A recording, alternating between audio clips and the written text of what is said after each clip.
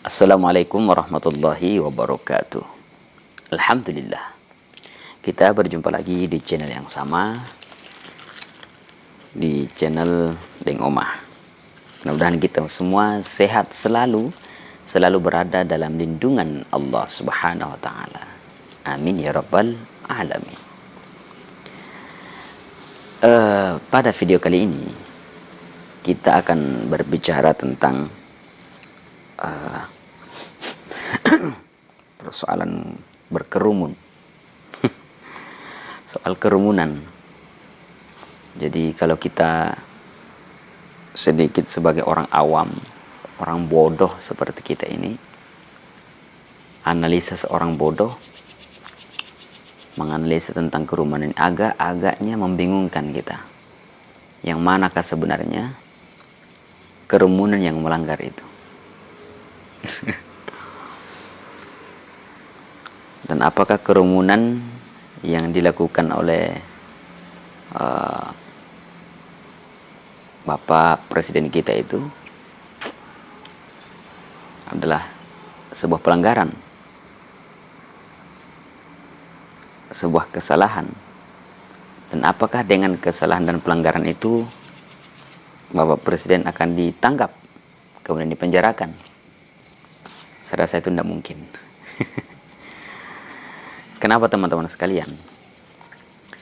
Karena kalau Bapak Presiden kita ditangkap, kemudian dipenjarakan, siapa yang akan pimpin negara kita?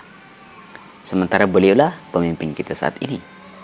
Sementara dialah Presiden kita saat ini. Kita minum dulu.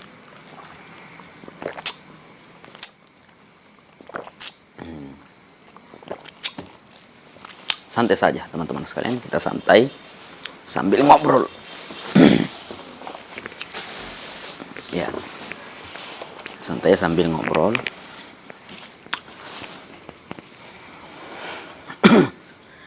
Walaupun ada berita yang kita dapatkan, kita membaca beberapa artikel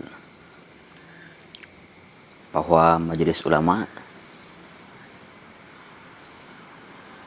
Indonesia atau MUI bersikeras untuk bagaimana agar supaya presiden ini ditangkap dan dipenjarakan juga seperti layaknya yang lalu-lalu. Tapi saya pribadi yakin Bapak Presiden kita tidak akan ditangkap dan tidak akan dipenjarakan. Karena itu tadi, kalau Bapak Presiden kita dipenjarakan, ditangkap, siapa yang akan pimpin negara kita? Persoalan benar atau tidaknya, itu akan kembali kepada kita masing-masing. Semua orang berhak menilai. Semua orang berhak berbicara, menilai bagaimana, apakah benar atau tidak. Namun perlu teman-teman sekalian atau saudaraku semua ketahui, kebenaran hak hanyalah milik Allah Subhanahu wa taala.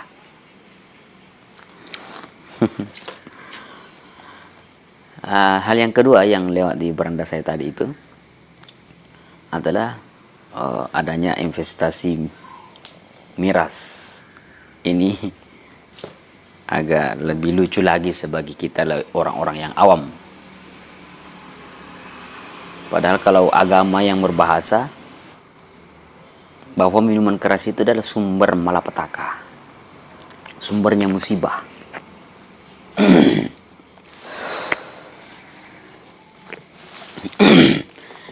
Jadi ketika kita berbicara tentang minuman keras, minuman yang memabukkan ini, saya teringat dengan satu cerita seorang ustadz atau satu kisah seorang ustadz yang ketika berceramah di atas mimbar.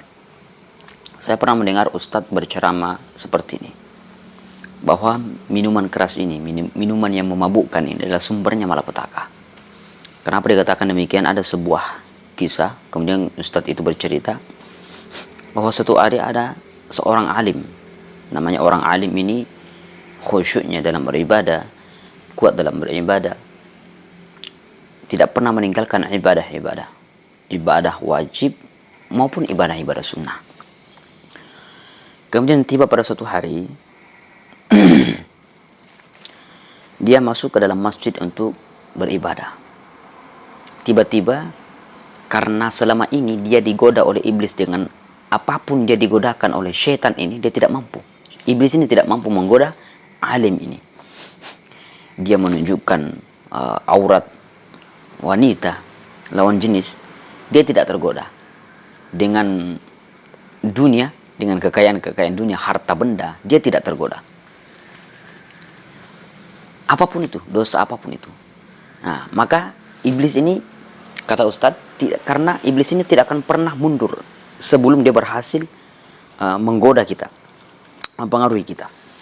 Kemudian, saudaraku semua, iblis ini menurut Ustadz ini yang berceramah, dia berubah jadi orang, jadi manusia. Dia merubah wujud. Akhirnya dia masuk ke dalam masjid, dia layaknya seperti orang yang biasa. Dia masuk ke dalam masjid, kemudian hampir berdekatan dengan alim ini.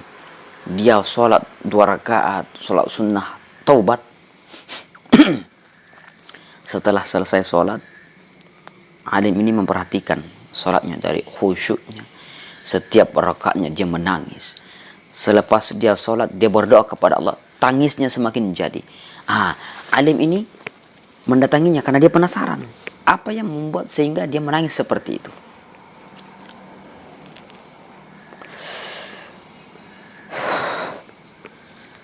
Maka iblis tadi ini yang berubah wujud jadi manusia, dia berkata kepada alim ini bahwa saya menangis seperti ini karena saya mengingat dosa-dosa saya. Katanya, saya ini sudah puluhan tahun saya beribadah kepada Allah, tapi tidak pernah saya menangis seperti itu. Bahkan tidak pernah saya menangis dalam berdoa kepada Allah. Karena seorang alim ini sangat ingin sekali ketika mengangkat tangannya kepada Allah, dia menangis dalam berdoa. Maka pada akhirnya dia minta solusi atau minta saran, masukan dari orang tadi ini. Katanya, bagaimana cara kita untuk bisa berdoa kepada Allah kemudian menangis? Kemudian apa yang dikatakan oleh iblis tadi ini yang merubah jadi wujud manusia, ya, di dalam benaknya mulai sedikit lagi alim ini akan mulai terbujuk, ya. Akhirnya dia katakan kepada alim ini bahwa seorang itu bisa berdoa kepada Allah, bisa menangis seperti saya ketika ada dosa dalam dirinya. Bagaimana kita akan menangis, memohon maaf kepada Allah, memohon ampun kepada Allah sementara kita tidak memiliki dosa? Maka syarat, kata orang tadi ini, syaratnya untuk kita bisa menangis kepada Allah, berdoa kepada Allah dalam keadaan menangis adalah melakukan kesalahan, adalah melakukan dosa. Maka si alim ini katanya, dosa apa yang saya bisa lakukan? Karena saya tidak ingin melakukan sebuah kesalahan kepada Allah. Ya, karena dengan jalan itulah kita bisa berdoa kepada Allah dalam keadaan menangis. Maka alim ini bertanya kembali, dosa apa yang paling kecil yang saya bisa lakukan agar mudah dimaafkan oleh Allah Subhanahu wa taala sehingga saya bisa berdoa kepada Allah dalam keadaan menangis seperti engkau? Kata iblis tadi ini, mudah sekali. Kau pergi saja cari orang yang baik, kemudian kau bunuh.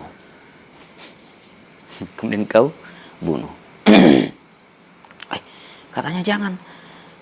Membunuh ini adalah perbuatan dosa yang sangat besar.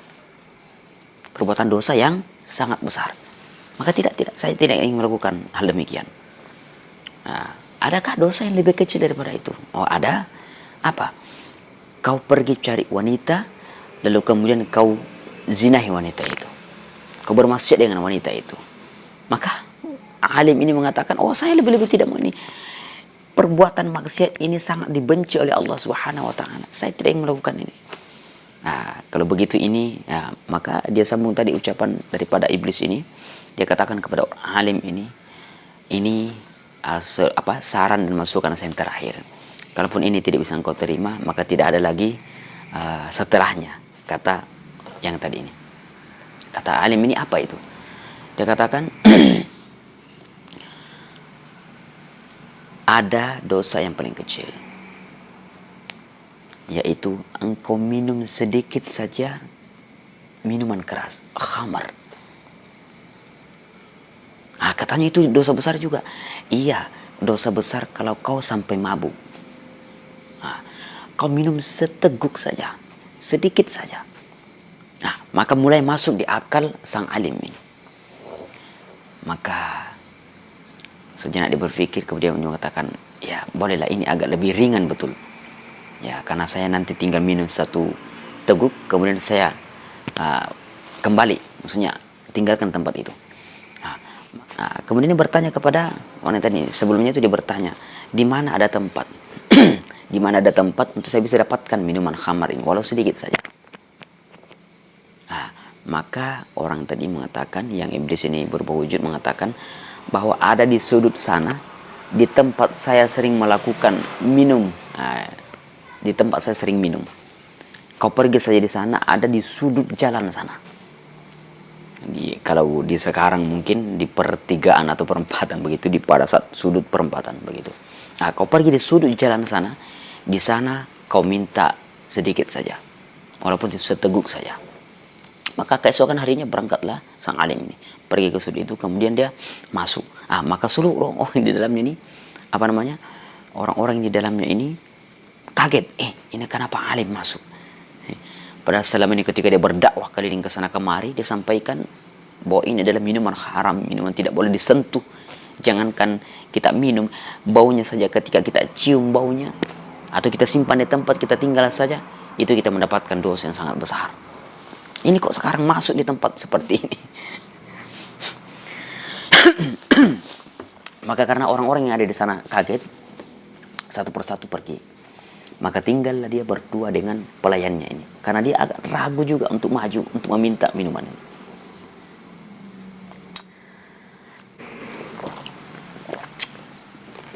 Ya, karena dia juga ragu meminta minuman ini. Setelah dia lihat sunyi, tinggallah pelayannya. Dan pelayannya ini adalah seorang wanita yang cantik, boleh kata kita cantik, ya lumayan, ya menurut kisah cerita Ustaz ini. Dan si wanita pelayan ini ternyata punya suami. Dan singkatnya lagi, setelah itu dia minta satu teguk. Ini pelayannya kaget. Ini ada apa dengan alim ini? Ini ada apa dengan alim ini? Katanya, berikan saya sedikit saja, seteguk saja. Diberikan satu teguk. Diberikan satu teguk. Menurut cerita Ustadz ini, bahwa dia merasakan ada yang beda daripada minuman ini. Dia rasakan enaknya minuman ini. Dia minum, dia minta lagi, tambah, penasaran dengan rasanya. Dia minum sampai 3 gelas. Ya, menurut cerita Ustaz ini, 3 gelas dihabiskan. Mulailah pikirannya tidak stabil, penglihatannya tidak stabil, seluruh tubuhnya tidak stabil. Akhirnya setelah dia mabuk, maka mulailah penglihatannya terhadap pelayan ini, mulai dia lihat cantik pelayan ini. Akhirnya, saudaraku, kisah singkatnya, terjadilah perzinahan. Dia mengejar pelayan ini, kemudian dia lakukan kemaksiatan. Setelah itu datanglah suami daripada pelayan ini. Setelah datang suami daripada pelayan ini, secara refleks ada pisau di sekitaran tempat dia bermaksiat itu. Dia refleks ambil pisau itu, kemudian dia tikam suami si pelayan tadi ini. Maka pada saat itu iblis datang, menurut Ustaz, iblis datang dan tertawa. Bahwa sudah berpuluh-puluh tahun saya mempengaruhi engkau, tapi tidak pernah saya mempengaruhi engkau. Tapi dengan kali ini saya telah berhasil mempengaruhi engkau dengan meminum khamar. Maka saudara yang dimuliakan Allah Subhanahu wa taala, maka kesimpulan daripada cerita ini bahwa ternyata khamar ini, minuman yang memabukkan ini, adalah sumbernya malapetaka. Sang alim tadi ini, yang tadinya tidak mau membunuh, tidak ingin, sama sekali tidak ingin membunuh manusia, Yang kedua, sama sekali tidak ingin berzina, bermaksiat. Nah, tapi setelah yang dianggap dosa kecil ini adalah minuman keras, khamar, dia minum 1 teguk, 2 teguk, sampai dia minta nambah. Akhirnya berubah, dari seluruh tubuhnya berubah menjadi dipenuhi dengan amarah, hawa nafsu. Akhirnya yang dia rasa dosa besar tadi ini dilakukan semua tanpa sengaja. Dia membunuh dan dia juga bermaksiat. Maka saudara akan dimuliakan Allah Subhanahu wa taala. Jadi agaknya lucu ketika ada namanya investasi demikian. Ya, kita sebagai orang awam seperti kita ini hanya menunggu kuasa Allah Subhanahu wa taala. Biarkanlah Allah Subhanahu wa taala menunjukkan kebenaran. Biarkanlah Allah Subhanahu wa taala menunjukkan kebenaran di muka bumi ini. Dan ingat saudara, dimuliakan Allah Subhanahu wa taala, ketika manusia yang turun tangan, manusia ini memiliki batas kekuatan. Tapi ketika Allah Subhanahu wa taala yang turun tangan, maka jangankan orang yang kafir, jangankan orang yang bermaksiat, jangankan orang yang berdosa kepada Allah Subhanahu wa taala mendapatkan dampaknya, bahkan orang-orang yang beriman pun akan merasakan akibatnya. Saudara dimuliakan Allah Subhanahu wa taala. Mudah-mudahan apa yang saya sampaikan ini saya kira cukup cerita kita pada kesempatan kali ini. Mudah-mudahan Allah Subhanahu wa taala senantiasa memberikan kesehatan kepada kita semua, sehingga Allah Subhanahu wa taala mempertemukan lagi kita di lain kesempatan. Saya Deng Oma pamit undur diri. Wabillahi taufiq wal hidayah. Wassalamualaikum warahmatullahi wabarakatuh.